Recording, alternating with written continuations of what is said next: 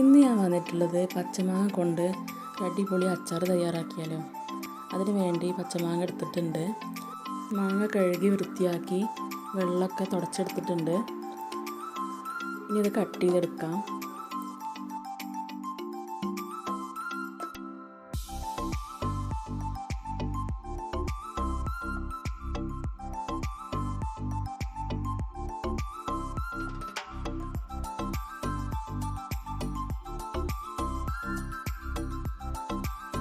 ഇതുപോലെ കട്ട് ചെയ്തെടുക്കാം.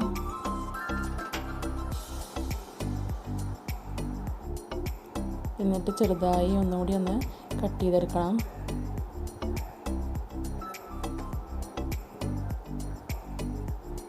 ഇതുപോലെ എല്ലാതും കട്ട് ചെയ്തെടുക്കാം.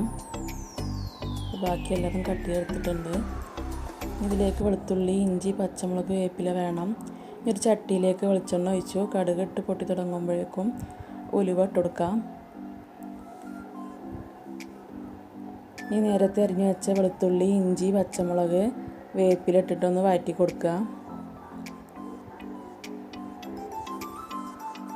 വെളുത്തുള്ളി ഇഞ്ചിയും പച്ചമണം മാറുന്നവരൊന്ന് വഴറ്റി കൊടുക്കുക. ഇനി ഇതിലേക്ക് കായ ഇട്ട് കൊടുക്കുക. ഇനി ഇതിലേക്ക് പൊടികൾ മഞ്ഞൾപ്പൊടി, മുളക് പൊടി, അച്ചാർ പൊടി ഇട്ട് കൊടുക്കുക.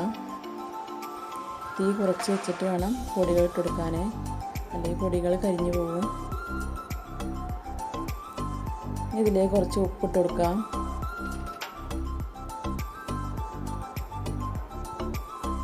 ഇതിലേക്ക് വിനാഗിരി ഒഴിച്ചു കൊടുക്കാം. ഒന്ന് ഇളക്കി കൊടുത്ത് ഒന്ന് തിളപ്പിച്ചെടുക്കാം. അത് നന്നായി തിളച്ച് വന്നിട്ടുണ്ട്. ഇതിലേക്ക് കട്ട് ചെയ്ത് വെച്ച മാങ്ങ ഇട്ട് കൊടുക്കാം. ഇനി തീ ഓഫാക്കിയതിന് ശേഷം മാങ്ങ നന്നായി ഇളക്കി കൊടുക്കാം. തീ കത്തിക്കേണ്ട ആവശ്യമില്ല, ഒന്ന് ഇളക്കി കൊടുക്കാം. എല്ലാ ഭാഗത്തേക്കും എത്തുന്ന രീതിയിൽ ഒന്ന് ഇളക്കി യോജിപ്പിക്കാം. അപ്പോൾ അത് നന്നായി ഇളക്കി എടുത്തിട്ടുണ്ട്.